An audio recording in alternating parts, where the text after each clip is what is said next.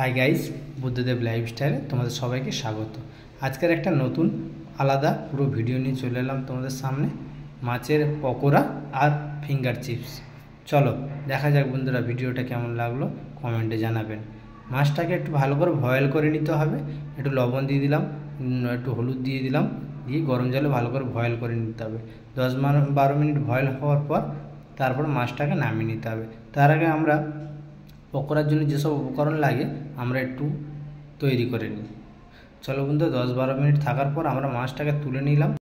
আমরা কড়াই জল নিয়ে নিলাম, আলুগুলো একটু বয়েল করে নেব। আলুগুলো বয়েল হয়ে যাওয়ার পর তারপর আমরা আবার অন্যান্য উপকরণগুলো শুরু করব। তা আমরা কাঁটা থেকে মাছগুলো আলাদা করে দিলাম, যাতে আমাদের একটু ভালো করে পেস্ট করতে সুবিধা হয়। পকোড়ার জন্য কাঁটা সমেত দেওয়া যাবে না। আলুগুলো আমাদের বয়েল হয়ে গিয়েছে, আমরা একটু মাছগুলো ভালো করে পেস্ট করে নেব। আলুগুলো পেস্ট করে নেব। এবারে একটু কড়াই তেল দিয়ে পেঁয়াজ দিয়ে দিলাম। পেঁয়াজটাকে ভালো করে একটু নেড়ে চেড়ে নিয়ে আদা দিয়ে দিলাম, কাঁচা লঙ্কা দিয়ে দিলাম, 2 চামচ হলুদ গুঁড়ো, 1 চামচ গোলমরিচ,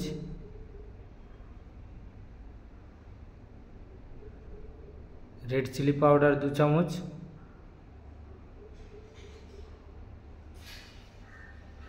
গরম মশলা 1 চামচ,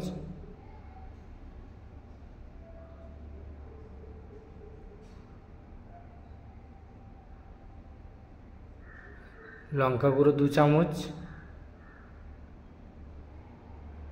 লবণ পরিমাণ মতো লবণ দিয়ে আমরা একটু ভালো করে নেড়ে চেড়ে কষে নিলাম।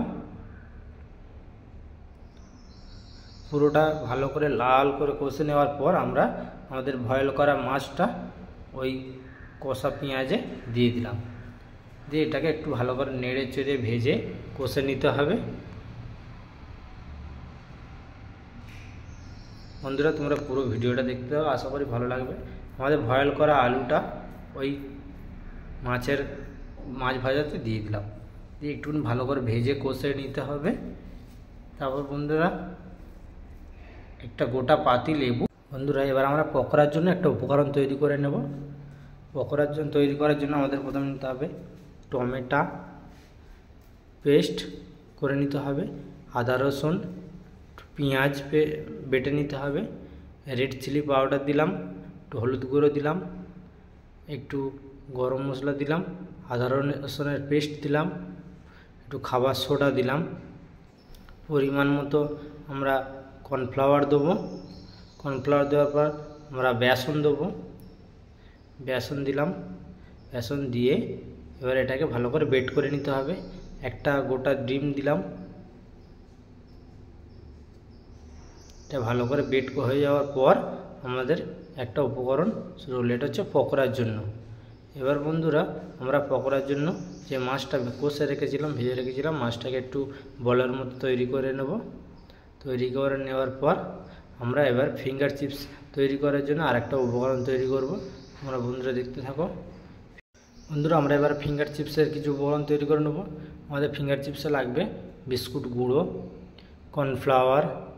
কর্নফ্লাওয়ারেতে আমরা দিয়ে দিলাম গোলমরিচ গুঁড়ো, একটু লবণ, হালকা করে বেসন দিয়ে দিলাম, দিয়ে আমরা এটা জলে ভালো করে বেট করে নেব।